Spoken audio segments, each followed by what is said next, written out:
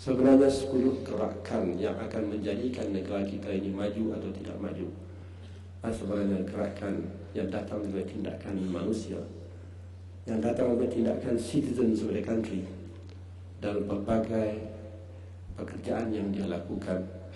Sama dia berniaga, sama ada dia bekerja, sama ada dia menjadi law enforcers, buat kuasa undang-undang, ataupun apa juga, adalah bermula daripada kita, tindakan kita masing-masing. Kita bertindak seorang diri. Ada dalam hal-hal yang tentu kita bertindak sebagai kumpulan, sebagai satu pasukan. Kalau dalam tentera bertindak sebagai satu regimen, sebagai satu patrol, sebagai satu regimen.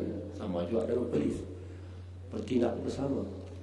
Dan kita nak dalam tindakan kita bersama itu biarlah semuanya adalah sama daripada segi niat, tujuan dan kesungguhannya. Maka dengan itu pasukan kita itu tidak tercemar dengan adanya seorang dua yang melakukan sesuatu yang tidak baik. Saudara, saya telah memilih untuk cakap pasal ini. Mungkin ini bab pertama saya cakap pada kali yang macam ini. Kalau dulu saya hanya cakap public service delivery system, saya cakap pasal anti rasuah, saya cakap pasal hal-hal yang berkaitan dengan rasuah, saya bercakap hal yang berkaitan disiplin, saya cakap dengan peraturan-peraturan yang ada dalam pejabat. Dah banyak kali dah cakap, banyak kali dah cakap. Biarlah pada hari ini kita cakap pasal diri kita, pasal diri kita. Yang tak mau ikut peraturan ni pasal diri lah. Yang membantah ni pun pasal diri juga. Yang buat menyeleweng itu pasal diri. Pada manusia itu juga. Betul kan, manusia mungkin tak banyak sangat peraturan yang kita perlukan, tetapi kita perlu banyak peraturan tindih menindih. Peraturan demi peraturan tindih menindih. Semuanya nak memperkuatkan lagi, nak menjadikan deterrent, nak menjadikan itu dan ini. Hanya saja kerana nak membetulkan manusia. Saya tidak mengatakan segala-galanya itu perlu dikedudukikan. Terus buat apa-apa, tak payah. Tapi kita buat usul-usul, kita buat peraturan, kita buat pilihan perundang-undang, jadikan lagi lebih deterrent. Lepas itu tak kuat lagi, panggil lagi even more deterrent. Semuanya itu niat dan tujuan adalah nak jadikan kita ni orang baik, pegawai kerajaan baik, pihak swasta baik. Ada undang-undang juga yang perlu dipatuhi oleh mereka yang ada dalam swasta ataupun individu baik.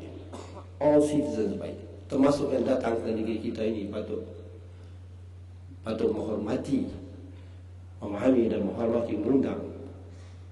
Semuanya kita nak jadi baik. Tapi jangan kita bercakap pasal diri kita.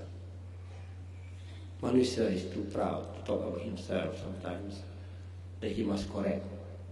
But he can talk about himself, boasting about all the things that he can do, how good he is. Dia boleh sombong dengan mengatakan segala-galanya yang kebaikan ada pada diri dia.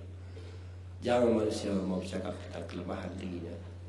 Biasanya lebih mudah dia tidak mengakui yang dia itu lemah, tetapi lebih suka cakap dengan megah dan sombong dan takabur. Itu kecenderungan yang ada mungkin pada ramai orang. Jadi saudara-saudari sekalian, marilah dengan itu kita sama-sama dalam usaha menegakkan integriti ini.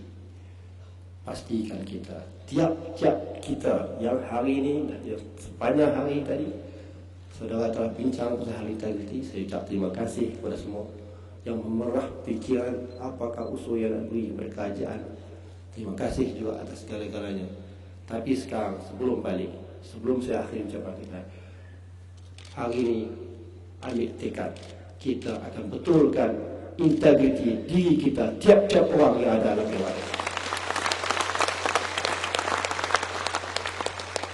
Mudah-mudahan segala yang kita telah rancangkan itu akan membuat kebaikan. Apa yang diusahakan oleh Institut Integriti Malaysia, Malaysian Institute of Management, segala regulatory body yang begitu banyak dalam negara kita ini, tidak membetulkan para profesional gulungan itu dan gulungan ini, insya Allah semuanya itu akan dihormati oleh anggota-anggota yang terlibat dalam bidang-bidang yang berkenaan. Saya dengan kata-kata itu dengan ucapan banyak-banyak terima kasih karena saudara masih lagi ingat hal integriti, beri pandangan, mau hadir, mau beri pandangan. Saya ucap banyak-banyak terima kasih. Mudah-mudahan dengan apa yang kita lakukan ini kita akan membawa kepada banyak perubahan. Mudah-mudahan dengan etikat yang ada pada diri kita yang telah kita tadi tunjuk dan buktikan, insya-Allah kita semua akan buat perubahan yang besar.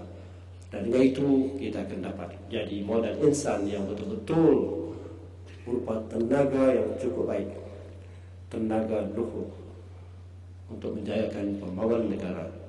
Dan kita boleh memberi arti kepada apa tulis pembangunan yang kita mau, supaya pembangunan kita jadi cemerlang, gemilang dan terbilang, dan bangsa kita dihormati, negara kita dihormati. Sekian, terima kasih. Assalamualaikum.